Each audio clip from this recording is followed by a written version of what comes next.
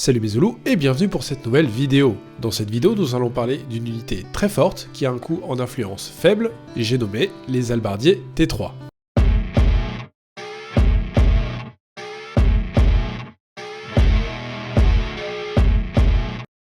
Commençons par leur obtention. Les hallebardiers sont accessibles via l'arbre des unités en appuyant sur U, arbre des unités puis fantassin. Bien entendu, il vous faudra récupérer les points avant les hallebardiers pour les débloquer.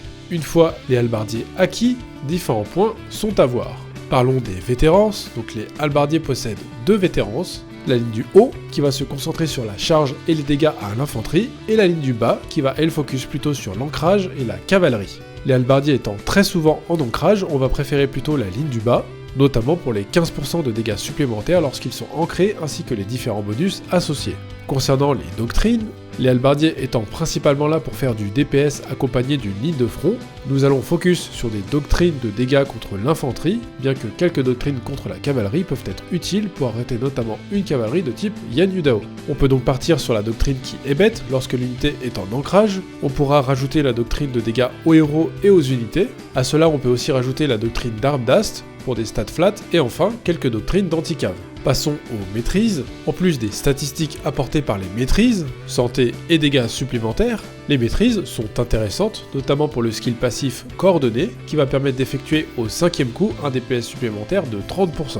Nous avons aussi le skill usure, qui va permettre aux hallebardiers de se soigner de 500 points de vie, pas incroyable mais toujours bon à prendre. D'ailleurs, si vous voulez savoir comment obtenir ou le fonctionnement des maîtrises, je vous redirige vers le tutoriel sur le sujet. Et on a fini avec la personnalisation des hallebardiers, passons maintenant à leur utilisation.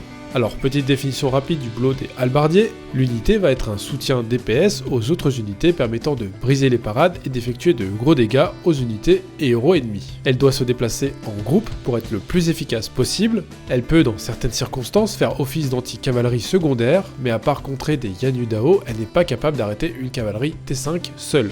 Rentrons maintenant plus en détail avec les formations. Première formation, la formation dispersée ou F1.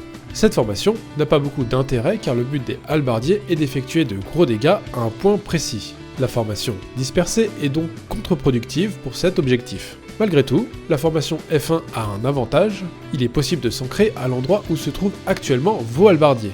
Dans des situations de crise où vous n'avez pas le temps de vous mettre en formation F2, il peut être intéressant de passer en formation F1 et d'ancrer directement. Deuxième formation, la formation en phalange ou F2. Ici, vos hallebardiers vont être rassemblés dans un petit carré et vont pouvoir effectuer de gros dégâts une fois ancrés. C'est cette formation qu'il faudra utiliser dans la plupart des cas. Attention, comme je l'ai dit pour la formation F1, les hallebardiers en formation F2 ne s'ancrent qu'une fois arrivés à l'endroit où vous avez demandé, ce qui peut parfois être handicapant dans un fight où vous n'avez pas suffisamment anticipé l'avancée des ennemis. En plus des formations, les hallebardiers possèdent donc plusieurs skills. Premier skill, la charge. Donc, comme son nom l'indique, la charge va permettre aux hallebardiers de courir vers l'endroit que vous avez indiqué. Elle peut être intéressante pour tuer des héros isolés ou encore vous permettre de rentrer ou sortir du combat rapidement suivant les situations. Attention, contrairement aux prévôt hallebardiers, les hallebardiers ne s'ancrent pas après la charge. Il faudra donc le faire vous-même. Deuxième skill, l'ancrage. L'ancrage va permettre d'effectuer plus de dégâts aux cavaliers ainsi qu'aux infanteries qui vous chargent. Concrètement, vous devez être en ancrage lorsque vous engagez un combat. Passons maintenant à quelques astuces. Première astuce, les endroits clos. En effet, plus les mouvements de vos adversaires sont restreints et plus les hallebardiers sont efficaces. Essayez au maximum de vous ancrer dans des endroits avec peu d'espace, permettant donc à vos hallebardiers de focus à un même point et donc de sortir les ennemis beaucoup plus vite. Deuxième astuce, les escaliers. Essayez au maximum de prendre le fight en haut des escaliers ou en bas des escaliers car vous aurez l'avantage sur ceux qui sortent des escaliers. Bien que les hallebardiers ne soient pas mauvais à l'intérieur des escaliers, essayez au maximum d'éviter ce type de combat. Et c'est déjà la fin de cette vidéo, j'espère qu'elle vous aura plu. N'oubliez pas le petit pouce bleu si vous avez aimé, et si vous êtes sur la chaîne, abonnez-vous. Je vous rappelle que vous pouvez utiliser le code DAILYTAX afin d'obtenir des packs comprenant des skins UT, des skins d'euros, etc. Vous avez toutes les informations en description. Quant à moi, je vous dis see you pour de prochaines vidéos.